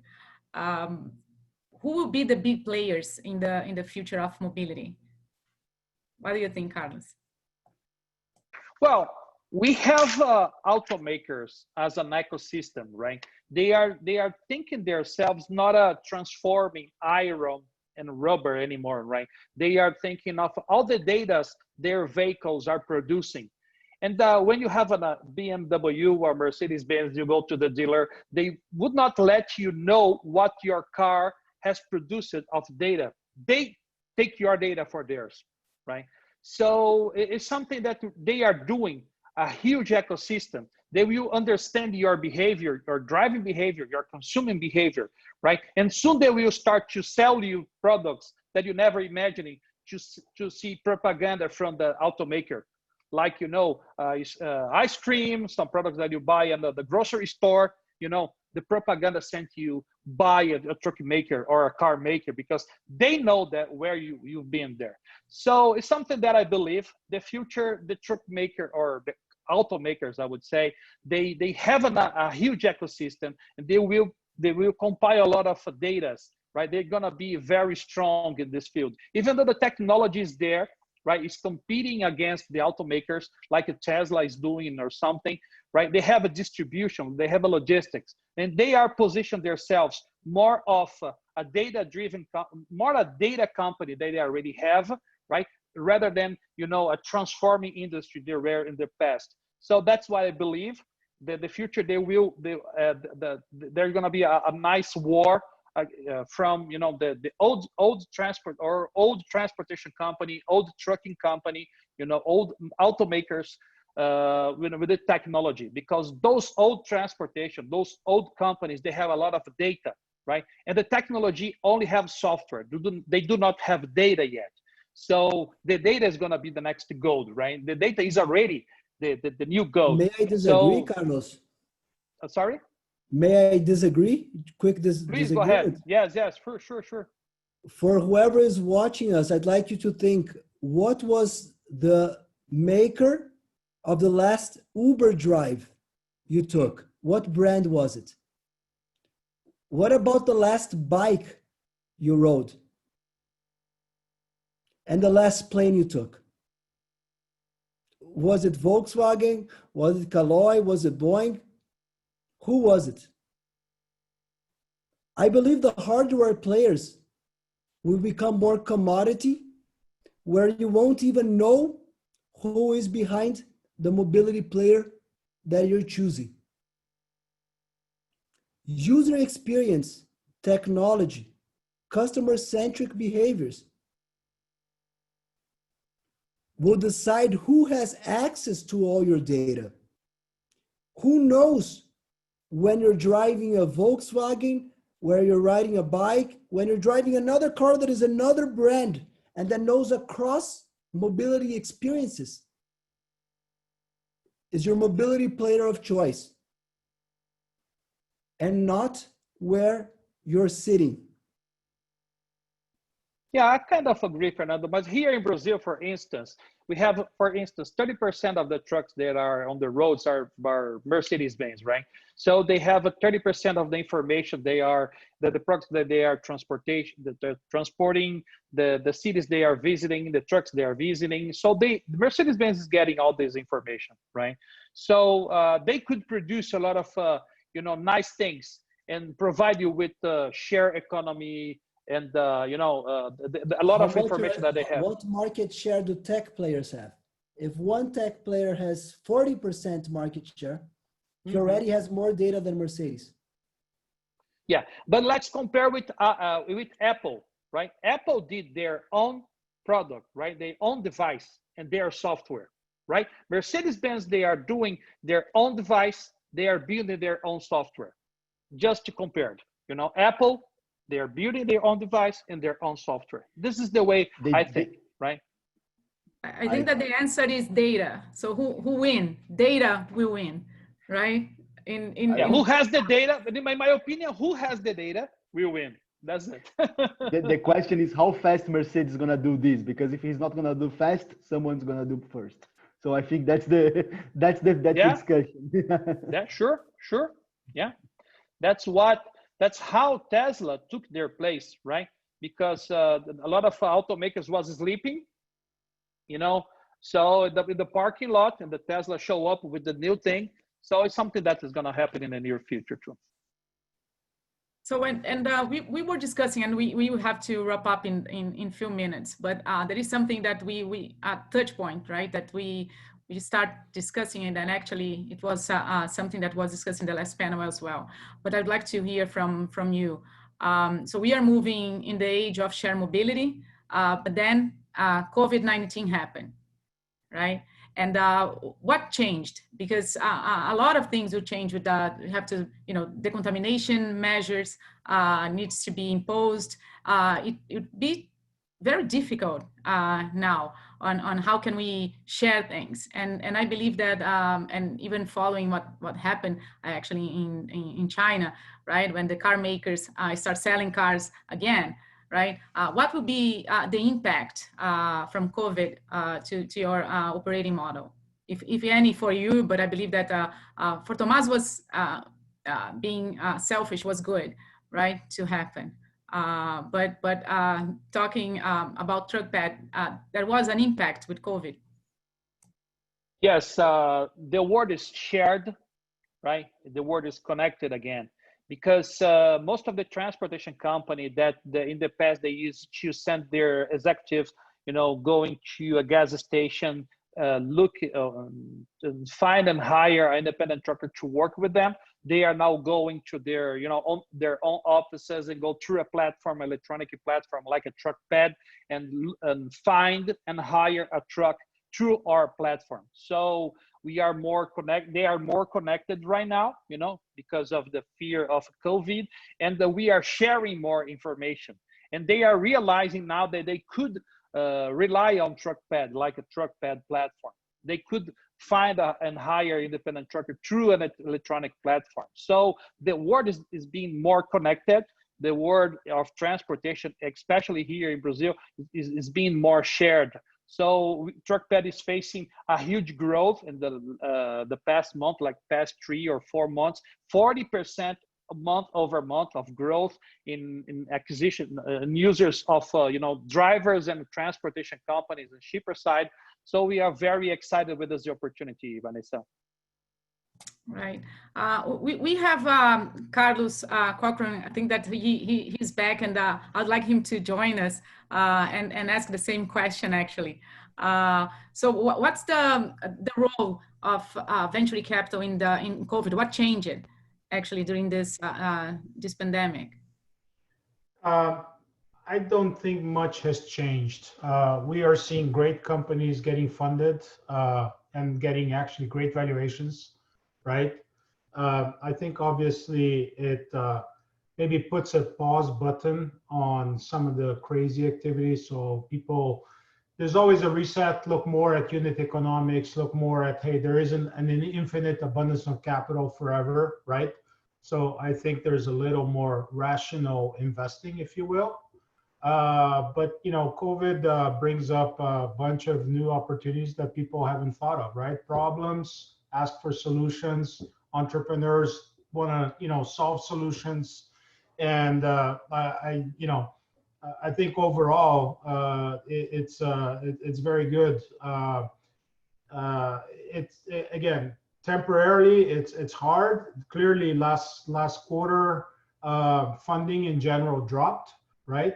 But we've seen some companies raise money at very steep valuations because they're great companies, and in fact, this whole move to digital, right? We saw the statistics for e-commerce. We've seen the e-commerce, for example, in the U.S. accelerate a decade within 4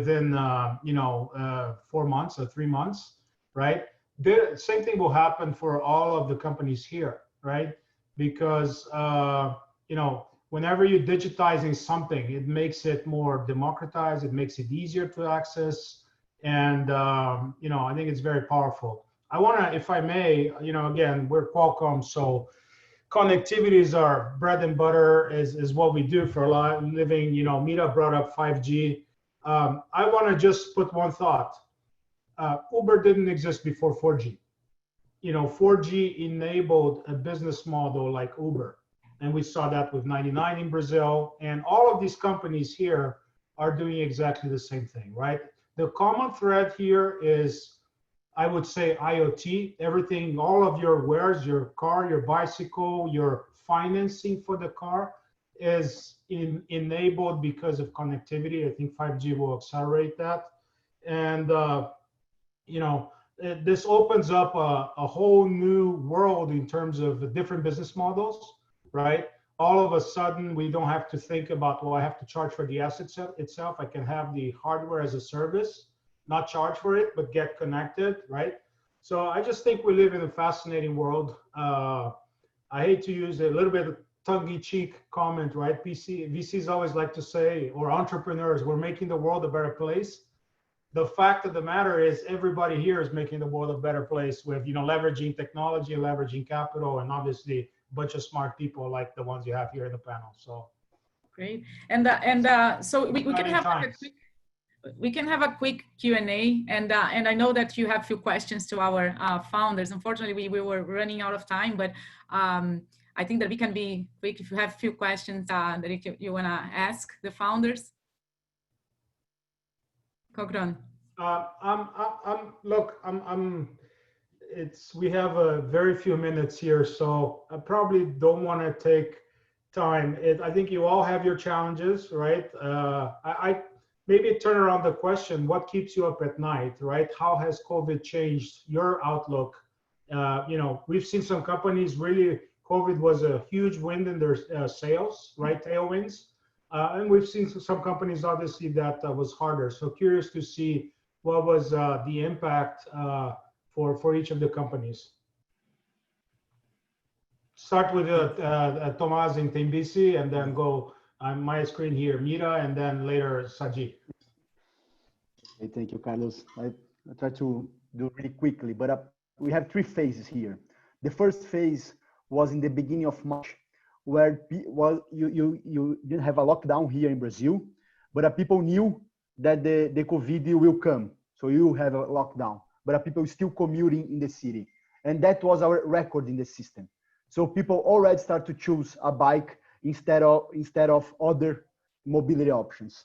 Then you have the lockdown, and of course, you decrease a lot our number of rides because people are not commuting the city. So people are not using any mobility solutions. But now we are already increasing again. We are ramping much faster than we thought. So we are increasing 20% monthly. I'm seeing what's happened in other cities that they are in other stage of lockdown, and you are seeing that the bikes are just being really used a lot. You can have the Velib project in Paris. It's crazy what's happened there. So I think that's the three phases. Of course, during the pandemic, our numbers just going really down, but we are really confident that that's the number will increase, and it's a big trend for the future. It's the safe environment that Felix mentioned in the previous panel, right? The bike is your safe environment. It's just you, nobody next to you, so it makes sense. Yeah, Mira? As I mentioned before, a lot of a transportation company who are our customers are running through TruckPad and say, hey, can I really find and hire independent trucker to transport my goods through a platform like yours? So we are facing 40% of growth each month from March until today. We already reached 1 billion reais in the last June in freight offer through our platform. And you know, we are very excited, inclusive with the help with the Chinese people who just joined us. And we are just launching our means of payment called TruckPad Pay, which is an e-wallet, is debuting, you know, this month in Brazil. We are very excited. We have a huge opportunity, and the market is very huge. So the impact is being positive on TruckPad, Carlos. I think Saji Fernando in his presentation talked about transportation is everything, even a dark kitchen, right? How do you get the food from a dark kitchen to, and obviously you got to get the goods in the toilet paper has to arrive at the supermarket, right?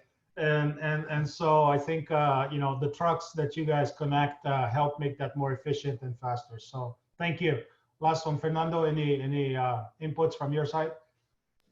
Basically, we are in the auto sector where most of the things are completely offline, such as financing, car buying, car selling, car maintaining. In the moment where everything had to be done online, we actually got a very good tailwind because we were one of the only companies ready to do the car financing, buying and selling online, of course, connected to banks and give access to small and medium-sized players, which is where we focus. You're talking about democratizing. We focus on giving the kinds of tools big players already have to small and medium-sized players. So financing, buying, maintaining, and selling cars grew a lot. We actually launched our product during COVID of car selling, and we made 20 million reais in sales in the first 40 days. So that was a bit of luck and a lot of changing in the industry. When you're forced to change, stuff happens really quickly. As the joke goes, it's not the CEO or the CTO that changed the technology in companies, it was COVID, and that really accelerated our market here in Brazil. Yeah, the chief digital officer is COVID. Digital transformation officer. Now, very true, and I think your case is again a great example. We see even here in the U.S. companies like Vroom and Lemonade and whatnot do very sizable IPOs and do very well post IPO, right? Because again, I think connectivity is disrupting everything. It's certainly, we saw in Brazil with Nubank disrupting the banking industry, and what you're up to, I think, is you know, the more data you have, the better decisions you can make, the cheaper it can offer your services, right? We recently closed an investment here in the U.S. in InsurTech for the trucking business. It's not public yet, but it's very much this very same thesis, right? That you have more data you can provide, you can lower your premiums, but your risk is lower. Therefore, you get great margins. So great stuff. Exactly. Thank you. Oh, thank you. So I think that we are running out of time. I want to invite Margarise to come back and actually to thank her for inviting us to be here today. As usual, I enjoy a lot the conversation, and you know, even not being a specialist in the field, I try to learn a little bit, and all the time with you guys, and it's a pleasure to always be near and learning what you are doing and how you are evolving. It's also so great to be close, you guys, and be actually the bank of choice for you as well, providing you the services that you need. So thank you very much for being a partner as well. So I'd like to invite Margarise to come back here and actually thank her for being able to talk and to have this conversation with you. So maybe, guys, you can you know, say a few words as well. Yes, I definitely would love to have for everybody to have a final message, perhaps a message to young entrepreneurs, to the ones that are now struggling because of the situation that we're having, this global pandemic. And I also want to bring Howard back. Howard, ciao. Are you there? I'm here. Yes. Felix, Great. So thank you so much, Vanessa, for this panel. And thank you to the founders. Carlos, was great to see you again, and so happy with all the evolution of TruckPad. And I remember when you first started and we first met. It's great to see you. Fernando, great to see you again. Thanks for being here. And Tomas, thanks for being with us for the first time.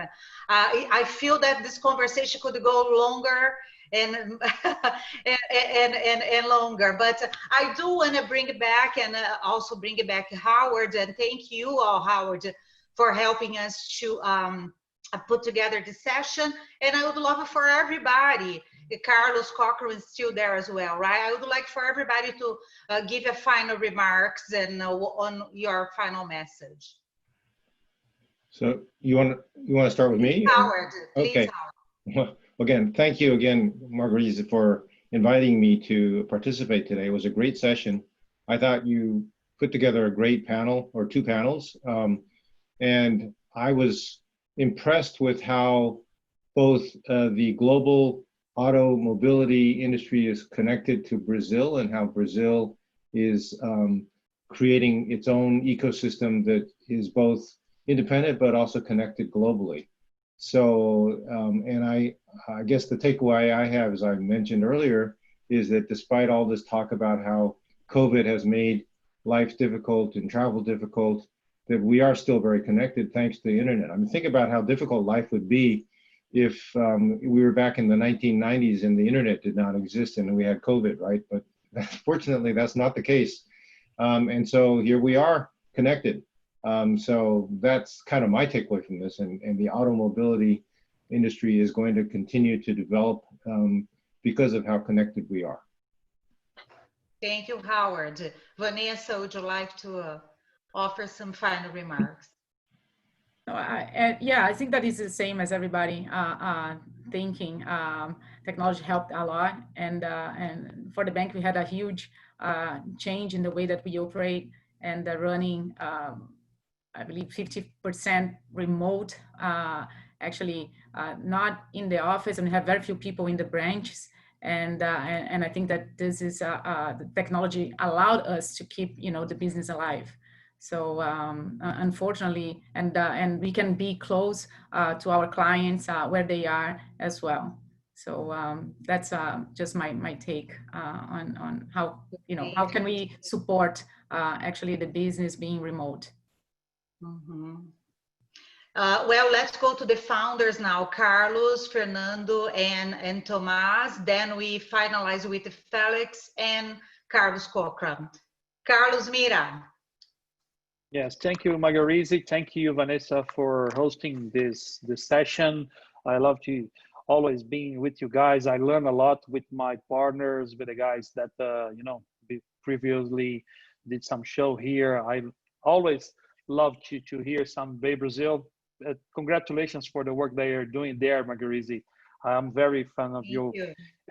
Yes, we talk here about connected and share, right? So the message for the next or the entrepreneurs that are watching us is the asset being connected and shared is going to be provide a lot of data in the near future with the 5G.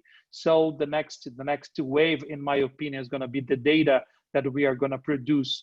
Everybody needs to learn to do how to do algorithm over those data and create new businesses, because the future is going to be, the algorithm of the data provided by connected and shared vehicles, in my opinion.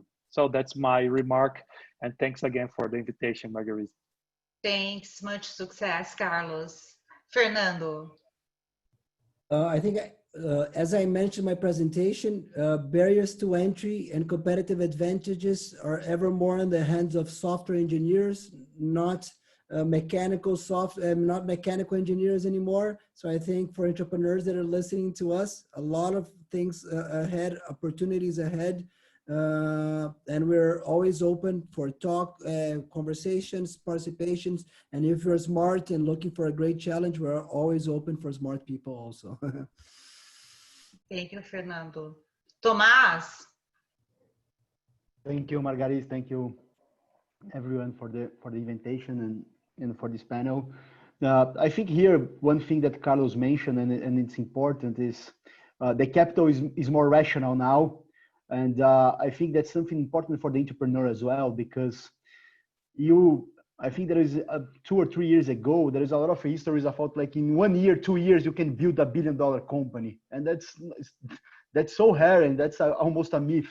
So I'm here for more than 7 years fighting to trying to put bikes on the streets every day. So I think here, if you're an entrepreneur, of course, the pandemic is tough times, but you have to be a believer, and you have to fight every day for what's your beliefs. So I think that's one important thing. I think it's much more common to build something big for more years than 1 or 2 years. And that's something I think you always have to have this in mind.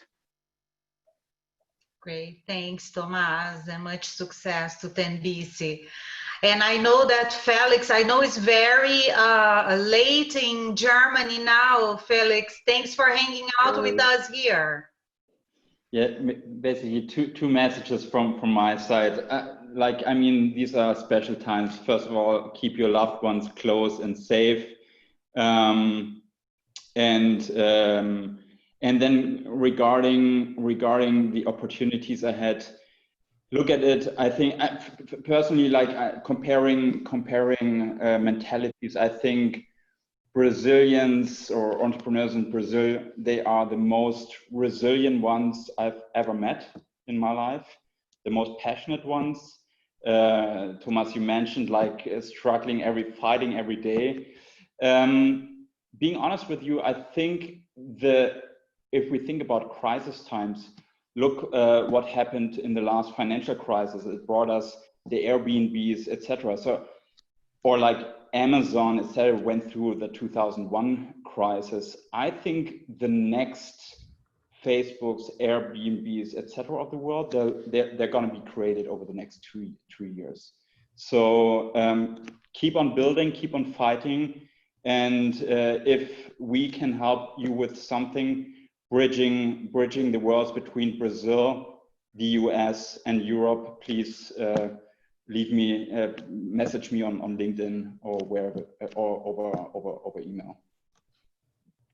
Thanks, Felix. Thanks for joining us. Good night. And last but not least, Carlos Cochran. I spoke a lot already, so thank you, Margarise, so much for putting this together. Congrats to you and to all the supporters on 10 years of BayBrazil. Fantastic, phenomenal, the work that you guys do in helping put Brazil on the map. And I know it's definitely on the map, and we see a lot of fantastic opportunities. And thank Vanessa and Howard, but more importantly to the entrepreneurs, right? My job compared to yours is piece of cake. You guys have it much harder than we do. And a lot of what we talked about here, all these exciting opportunities wouldn't help without, your tenacity and your everything that you're doing. So you're leveraging technologies that others build and you build on top of it. So as a provider of technology, we're happy and excited, but more importantly, again, you guys sweat it out and are trying to go after the next big thing, and all the luck to you. Thank you. Thank you, guys. It was wonderful to have all of you here. It was an honor. Thanks to our guest speakers, and a special thanks to Howard Chow and Vanessa Fernandes for your help bringing together this conversation. That's what we are about. We believe in the power of a conversation. We miss seeing you all live in our conference, but I'm so happy that many more of you now that are at home watching this and watching later also at YouTube, we are reaching to more of you, and that's what is important. Thank you for being here. This conversation is going to be available in our YouTube channel. And I want to just give you a reminder for what's coming up next in our conference. On August 6th, some of our speakers here talked about 5G. We are discussing 5G, cloud, and mobility, how they will drive global digital transformation. Our board member, Avanish Sahai from Google, will be moderating that discussion. Then on August 13, we have accelerators leaders in Silicon Valley and in Brazil that will be talking about how they're helping startups to emerge strong from this global pandemic. And then on August 20, we shift topics to sustainability and the future of food. That's all coming up in the following Thursdays, 1 p.m. 17 in Brazilian. So I'll see you then. Thank you so much, guys. Ciao. Night. Ciao, ciao. Thank you. Ciao.